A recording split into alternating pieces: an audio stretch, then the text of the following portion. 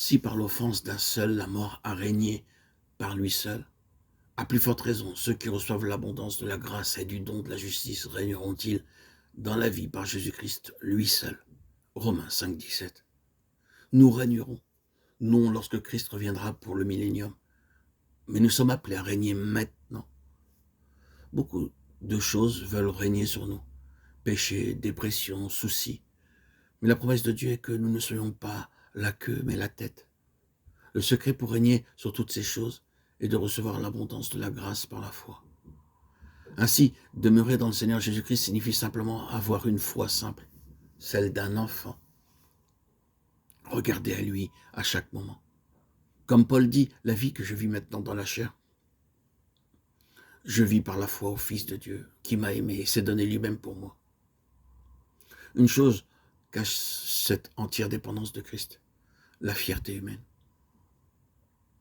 Dans certains domaines de notre vie, nous sommes tout suffisants, nous pensons pouvoir agir sans lui. Bien que nous regardions à lui, nous commençons à regarder à nous-mêmes et à dépendre de notre connaissance et de notre sagesse. En dépit de notre connaissance, nos diplômes, nous sommes une faillite complète lorsque nous entrons dans la vie pratique familiale.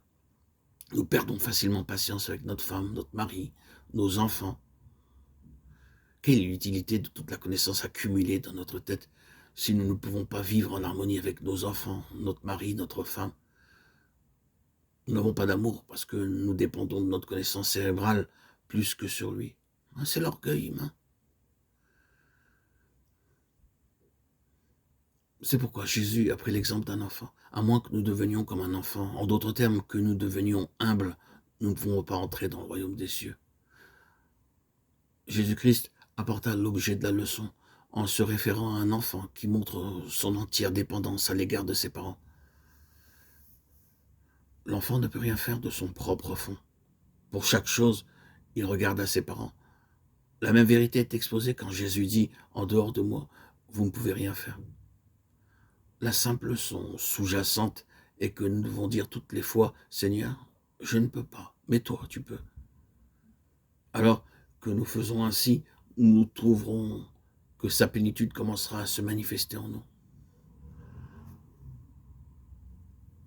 Apprenons très tôt cette simple leçon et vivons pour la gloire de Dieu. La seconde chose est dépendre de Dieu, non seulement par l'appropriation de la foi, mais par l'obéissance de la foi.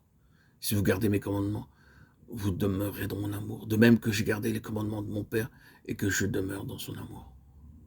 Dans la parole de Dieu, nous avons des promesses aussi bien que des préceptes ou commandements.